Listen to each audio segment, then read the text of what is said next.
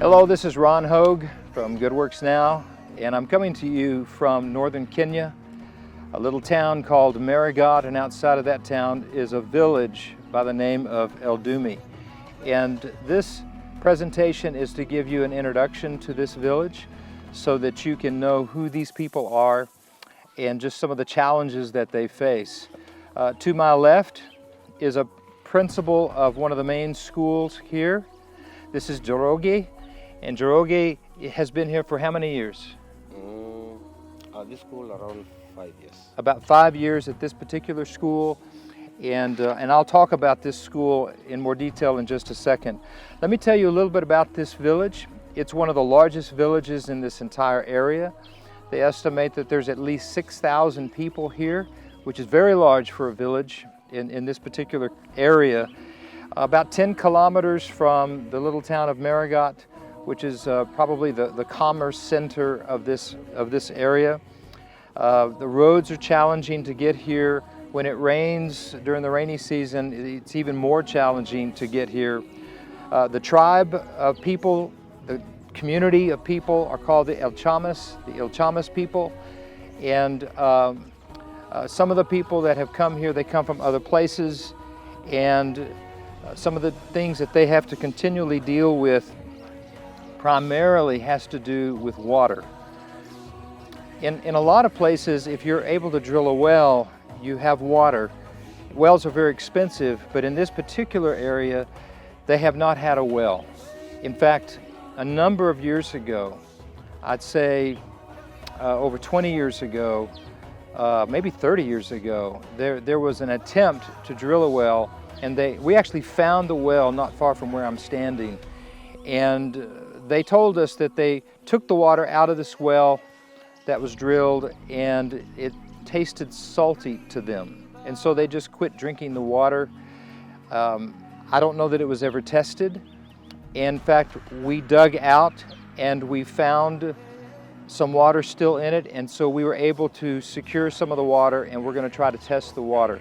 There's another location that we're testing water as well, because that alone is it's the biggest challenge, because all of these people, the only place they have water will be at the river that runs close to here, and the water in that river is not good, and it has different levels based upon rain and the seasons. It's a very hot, dry, arid area, and some of the things that come out of the bad water are typhoid and cholera.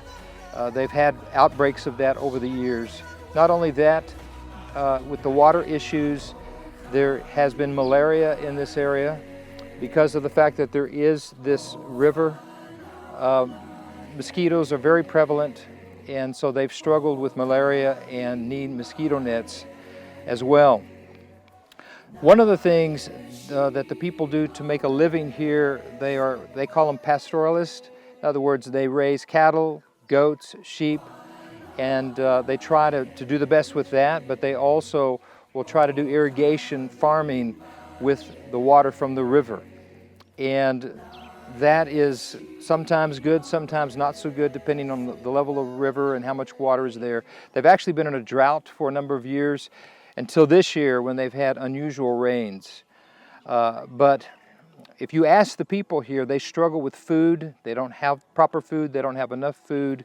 And so they need ways in order to provide for their families and secure food for their families. This particular school is a very unique school that I'm standing here, and the principal was sharing with me some of the things that they're trying to do.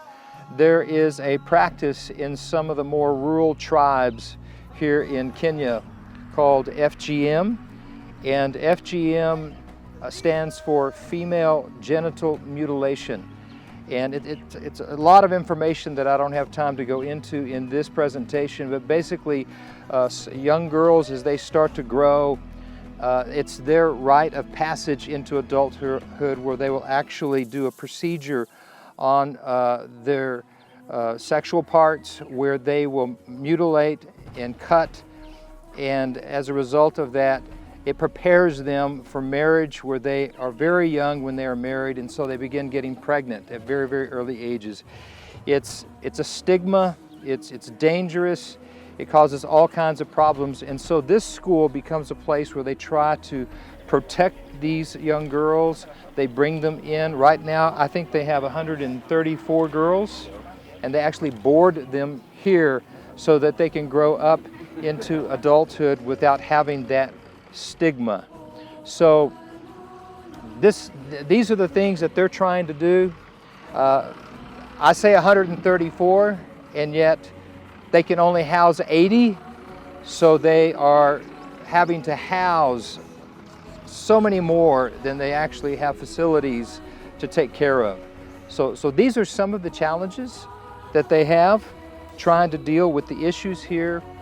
And I know that if someone came in and began to give resources and time and attention, it could literally change everything about this entire region. It would just be unbelievable, because no one has been able to come into the Eldume area and do anything that has changed their circumstances at all. So it is a phenomenal opportunity, and I hope this has helped you understand who these people are, and we'll just see what happens from here. But thank you for your time and attention as we've shared with you about these incredible people. Kaliba.